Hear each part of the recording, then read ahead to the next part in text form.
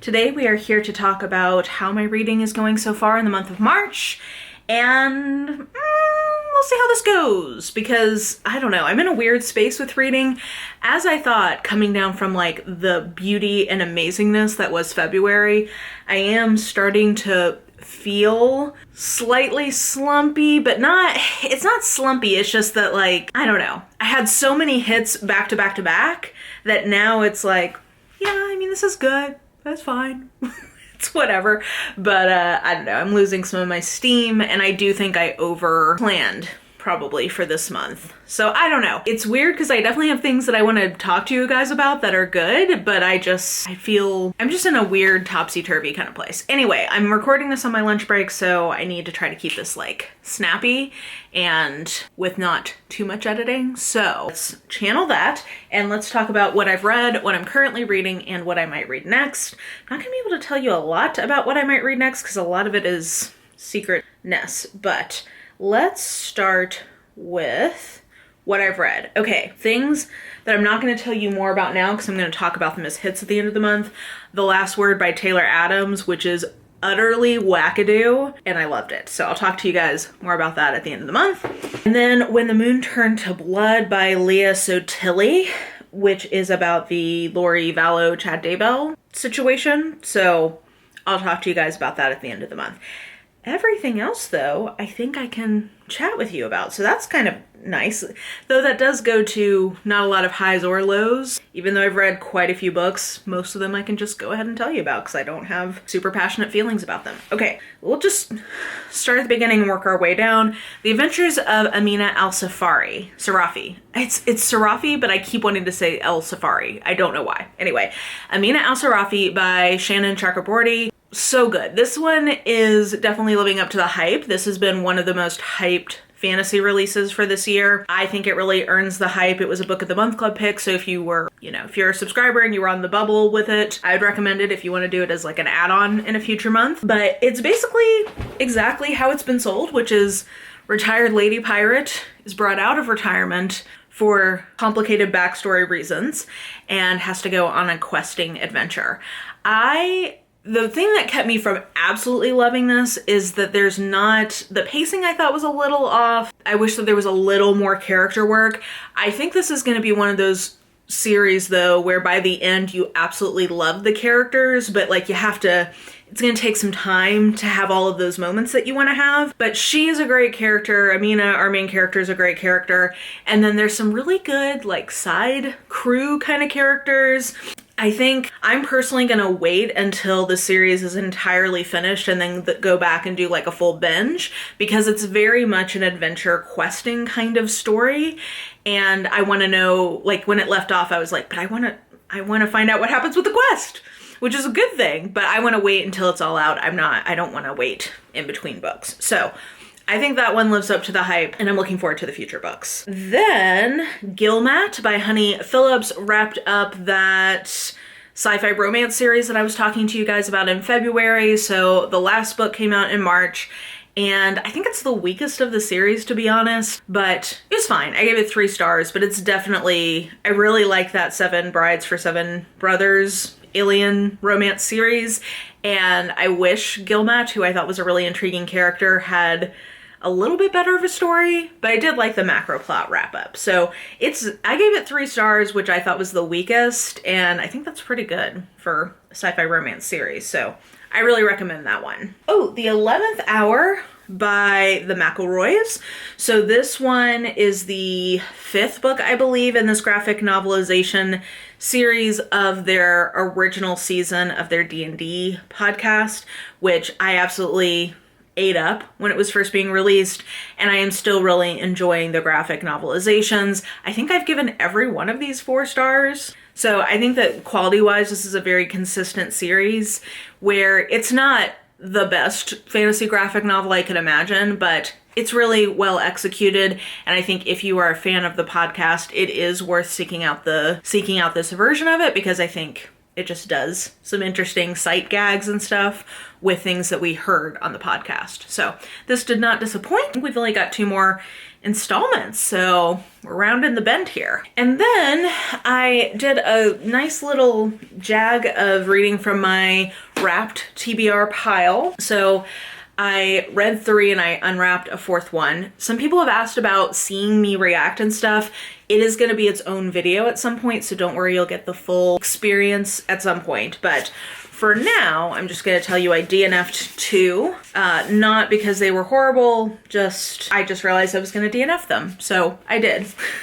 So there you go. But I read and really enjoyed First Comes Like by Alicia Rye. This one is a 3rd book in a trilogy that all has to do with different kind of like social media driven dating stories. So the original one, oh God, what was that one called? Right Swipe, maybe? That sounds right. I can't see it on my shelf, but somewhere up there I have that one. The first one was probably my favorite, but this one is in close contention. So the setup for this one is that our main character our main female character we have seen in the previous 2 books. She's friends with the first 2 heroines, and she is a social media makeup influencer. She is being catfished by this Bollywood star who has come to Hollywood to be on a new show. And she thinks it's him, but it's not. So she goes to meet him and he's like, WTF, who are you? And it's a whole thing, which was pretty crushing. And I was like, I don't know if this can recover, but it does recover because he is really intrigued with her. And for plot reasons, they end up being in a fake dating relationship. I think that this is a really good example of a contemporary romance where the people are living in the real world versus in contemporary romance world. So this is much more, if you're somebody who in a contemporary romance, you want people to behave like actual humans, this is a really good example of it. So there's contemporary romance world where we're living in, it looks like our world, but it's basically just a fantasy world and people don't make sense and whatever. That's not this. Like, think like a Hallmark movie, okay? That's not what this is. This feels much more lived in, much more realistic. The characters feel like real people, and I just think that Alicia Rye is really, really good at that flavor of contemporary romance, and I really enjoyed this. I thought that this was kind of a take on what is sometimes described as an inspirational romance, but that is very coded as evangelical Christian. If inspirational actually meant like people whose romantic lives are very driven by their faith and like some of the decisions are very, driven by their faith, I think that this would be a good example of one that's very sex positive, but still taking people who are traditional in their religion seriously. I don't know. I just thought that this was really lovely. And it's kind of like a self-arranged marriage trope, ultimately. So I don't know. Anyway, I just thought that this was really good. And again, I had a moment last year where I was like, do I even like contemporary romance anymore? I am struggling here. And this was a good reminder that yes, I do in fact like contemporary romances from certain authors and when handled a certain way. So anyway, I thought that this was lovely and I'm really glad I didn't unhaul it, which is kind of part of what we're trying to figure out with this unwrapped project. Maybe I'll tell you about the arcs I've read next, because there's 4 of them I can tell you about. Okay, Camp Zero by Michelle Mins Sterling is a dystopian sci-fi conspiracy thriller, I would say. Issue here is plotting and pacing, but, and I guess also kind of the characters. I don't know, this makes this sound more negative than what it is. I don't think that this is an amazing version of a dystopian thriller, but I do think that there are interesting things in this story, and I think that the writing was nice. The setup is that climate change is coming for us all. Basically, the entire mainland continents are too hot to live on, so there's these like floating cities with the rich people, and then everybody else is trying to get north because that's where it's still cold. So our main point of view character is a sex worker who is going to work in a brothel, basically, in one of these compounds, but she has a secret like espionage mission. So she's one of the people, and then the other point of view character is a professor who is going up north, he thinks, to teach. It's a lot about class and gender. Like, the themes are things I was on board with, but they just, I thought, were very on the nose. But it was entertaining. Like, this is one I would point you to if the setup sounds interesting and you're looking for an entertainment. I think that this does that well. I don't know that it does it superlatively, if that makes sense. So, fun, but not amazing. In the Lives of Puppets, I guess, you know what? I just made a game day call. I'm gonna save that and put that as a disappointment, not because it's bad. I gave it 3 stars. I am ultimately disappointed in it. So we're gonna make that one. We'll talk about that at the end of the month. To Swoon and to Spar was so fun by Martha Waters. This is one where, this is that series, that historical romance series where it's very rom-com-y, but historical romance. It is very similar tonally, in my opinion, to like a Tessa Dare. And while Tessa Dare is kind of on hiatus, Martha Waters is giving me that voice that I like so much in a historical romance, and this one definitely delivered that. I'm somewhere between a 3.5 to a 4, probably more a 3.5, just because I think the romance itself in this one I'm not sure about, but I loved everything else around it. So we have our main friend group. Dude is the brother of the heroine of the second book. So we've met him before, and he has been trying to buy back his family home because it was not entailed when he encountered his Viscountcy. He did not necessarily, he didn't inherit that as well because it had to be sold off to his uncle to just like make the money work when his parents died. So his uncle has not been willing to sell it back to him, and he really wants him to sell it back to him. Finally, his uncle comes to him and is like, you can have this if you will marry my ward as a part of the deal. So I'll sell it back to you, but you're also going to marry my ward. And so he agrees to this. So it is a true like arranged marriage. They meet each other once before they get married. So it's a slow burn in the sense of they're getting to know each other and becoming friends while living in this house. And it's a take on a gothic because the house appears to be haunted. So they're trying to, you know, things are happening around that. So the kind of idea behind this is that they're both very lonely people and they find each other, which I think is a lovely idea. I bought them as friends. I don't know that I bought them as romantically interested in each other, but for this setting, I think that's kind of okay. Like, if they're hot for each other and they're friends, I don't know that they need to be in love. So I was ultimately kind of okay with that anyway. But I thought that this was a good one. If you have been reading that series and enjoying it, I think you'll like this one. It gives me my like yearly dose of what I'm missing in historical romance so long as Tessa Dare is on hiatus. Death of a Bookseller by Alice Slater is the last arc that I read that I can tell you guys about, but I can't actually tell you that much about it because most of what I want to say about this is a spoiler. So the back of the cover, like the synopsis, basically is saying that this is some kind of true crime. 2 people who work at this bookshop, both of them are really into true crime, and it insinuates that like something true crimey is happening, and they have a very complicated relationship. That is all technically true. It is implying much more of a mystery thriller than this book actually is. I will just tell you that I guess it's a suspense, maybe? That's probably genre-wise where I would put it. And I don't know that people who are looking for a mystery thriller are gonna love this. I think it's a really good dark character study of these 2 women and the complexity and jealousy between female friendship and the envy and competitiveness. Like, I think all of that is really well captured, but I don't know that you're gonna be super satisfied if you were looking for a mystery thriller in this one. And that's all I can really tell you without getting into a lot of spoilery details.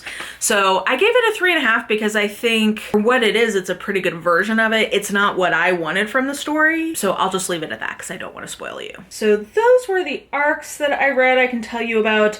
I can't tell you about a couple of the things I read because they're for projects that you don't know about yet. I finished this audiobook, In Defense of Witches, The Legacy of the Witch Hunts and Why Women Are Still on Trial by Mona Chollet. This one is just okay. I gave this 3 stars. I wonder if I hadn't previously read that book from Barbara Ehrenreich and Deidre English and the other book I read about witches from Sylvia Frederici, I might have liked this better, but I don't know. I just don't feel like it covered a lot of new ground. It felt very one note. Like, it kind of just didn't have a lot of complexity to it in terms of what it was discussing vis-a-vis feminism. I wish it just had been more about like witch hunting and witches with relation to feminism. That was kind of what I was more wanting, and I don't feel like it totally gave me that, so it was fine. I finished it. It was 3 stars. Nothing too special though, so I would recommend those other 2 books over this one. Oh, I read and enjoyed, I finished, in fact, the Winter Night Trilogy by Catherine Arden. So I read The Girl in the Tower and The Winter of the Witch. I will say that this trilogy feels very Goldilocks to me, because the first book I felt like didn't have enough forward momentum. This book I felt like had far too much plot for it, and this one was just right. Like, it had just the right amount of plot in it. So this is a very well-loved fantasy trilogy. It is based on Russian folklore and mythology, and I think that aspect plus the beautiful language and the overall evocative setting of this is really where this shines. I don't really have any specific complaints about this other than it lacked a certain je ne sais quoi X factor that would have made me love this trilogy. I don't know. I do really like where, what is her name? Vadya? Where Vasya and Winter King dude, I like how that progresses. I thought that was interesting. It's I think one of the more successful takes on Death and the Maiden kind of story. I particularly loved in the finale how much this felt like mythology and folklore, like you were in folklore. I think all of that is really wonderful. There's just something about this that didn't, I didn't love this the way that I know some people do. But it's one I definitely highly recommend to people because they're very easy to get through, I think. None of them is more than 350 to 400 pages. So if you're looking for sort of an epic fantasy trilogy that is really well written, I think has some interesting themes going on, interesting references, not just your basic bitch medieval fantasy, I definitely would recommend this. I think it's been so popular because it's really successful at what it's trying to do. So I'm definitely glad that I finally read this, and I'm proud that I met my goal of reading both of them this month. Wasn't too bad to do that. Oh man, okay, what else? I guess the only thing I'll mention is I did read Rajal's Resonance, which is the next book in the Ice Planet / Ice Home mega series, but this is starting a new 3rd series within that umbrella. So if you have not started the first 2, this has a very nice catching you up on what has happened in those 2 series to date, and then starting a new series from here. It is a really good entry point if you are intimidated by how many books there are. I think there's 40 books in this series at this point if you count all the novellas. So there's a lot of books in this series. They're very easy to get through, but if you are looking to try a Ruby Dixon and you don't want to start with the Ice Planet Barbarians OG because it is darker in its tone than the subsequent books, this one could be a good one to jump in with. I'd actually probably, though, recommend going to Lauren's Barbarian, which is the first book in the 2nd series. I would actually recommend that over this one to start with, if you're looking to jump in. But if you do want to jump in now, you could. Raja, we have just been waiting for this sweet himbo, golden retriever, wife guy, alien to get his lady, and he finally does, and it just was lovely. This has so many interesting resolutions to some of the things, or payoffs, I guess, to the things that have been set up in the overall Ruby Dixon verse, and where different storylines have been hinting at going, and we get to see that getting paid off. We get some payoff from earlier in the Ice Planet series about the world building and where, the way the geology works and the way the culture works. I'm trying not to spoil if you've not read it yet, but anyway, I just thought that this was a really good entry. I'm really excited and intrigued about where we're gonna go from here. I really liked Rosalind, and I thought that her conflict made sense. It was a little long. I think that we probably could have shaved 30 pages off of this one and it would have been a stronger book for it. But overall, I was very satisfied.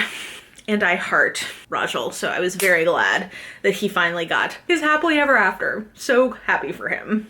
Okay, and good God, we've been talking so long about what I've read so far, and I think I can finally pivot to what I'm currently reading. What am I currently reading? Oh, I'm still in the middle of my audiobook of Why Women Have Better Sex Under Socialism. I paused that to listen to the 2 audiobooks that I got from the library, so now I can go back to that as my audio from when I'm sewing.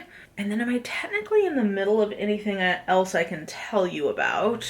Don't think so. I think I can't tell you about any of the others. So what I might read next is going to be very short because I can't tell you about most of it. I've got 3 projects that I'm supposed to be doing in the back half of this month. And like I mentioned at the top of this video, I'm slightly worried that I've over planned. So it's hard for me to balance my mood reading versus my planned reading. And I may have tipped things more towards planned reading this month to my detriment. So we'll see. But I have 3 projects going, 2 of which are secret. One of which you guys know I'm doing this month, which is the Trying a New Author, Sylvia Moreno Garcia. So I'm reading 3 books from her, and you'll find out why I picked the books I picked in that video. So there you go. That's a preview of a video that will come next week. I'm not sure timing wise when you're seeing this versus when that's happening. So that is on the docket. Another nonfiction pick is my last unwrapped one that I unwrapped this month. I may not read it in March. This may happen in April, but theoretically I want to read The Supper of the Lamb by Robert Farrar Capon this month because that's the last of the ones I unwrapped for March. So I'd like to read it this month. And then looking through my list of books. So I should say in total, I have 13 books left to read this month, and there's just no way that all of that is happening. So 2 that I can get rid of, well, so maybe I will just have to say Supper of the Lamb is not going to actually get read till April, because 10 books sounds much more achievable to me at this moment in time. I mean, granted, when you're seeing this, we're further in the month from when I'm filming it, but 10 books feels more achievable to me. So we may, you know what, I'm just gonna put those as stretch goals. So of the 10 books left, besides those, I can't tell you about any of them beyond what I just showed you. The only thing I'll mention is the 2 other books in my stretch goal category would be Identity by Nora Roberts, because I have an arc of that. That comes out in May. And The Book That Wouldn't Burn by Mark Lawrence. I have an arc of that. It comes out in May. So those are kind of my stretch goals, but the 10 other ones, I can't tell you about any more of them. So, the only other thing I can tell you about is An Unwanted Guest by Sherry Lapina. This is a reread. This is what my patrons picked for our March book club. So I think it will help me with the thing that I'm writing. So I'm gonna try to tab it up, and I'm also looking forward to that book club discussion. So a reread that's on my TBR, but should be easy to get through, both because of the kind of book it is and because it's a reread. So I guess that's the only other thing I can tell you about. I am excited. I have some very exciting, like in particular, one of those secret projects. Can't wait for you guys to see. It's a collab and you guys are gonna enjoy it. I'm gonna be suffering, but I think you guys will enjoy it. So that is up on the docket for later this month. So yeah, this was kind of a weird check-in. Very heavy on things I could tell you about that I've already read, and almost non-existent on telling you about things that I am going to read because I can't tell you about them yet. So yeah, kind of a weird, unbalanced check-in. Say a prayer for me that I don't get into a reading slump because I can feel it coming and I'm not there yet, and I'm gonna try to stave it off. So let's all hold hands and manifest that for me together. Let me know what you thought about any of the books I mentioned, or let me know how your reading month is going so far. Have you read anything you really loved, anything you really hated? Let me know that in the comments below. And yeah, I think that will do it for me. So if you enjoyed this video, please like, subscribe, follow me on the social medias if you are so inclined. I have all that information listed in the description box below, and I think that will do it. I hope you're having an absolutely lovely day today, and I will just talk to you soon. Bye!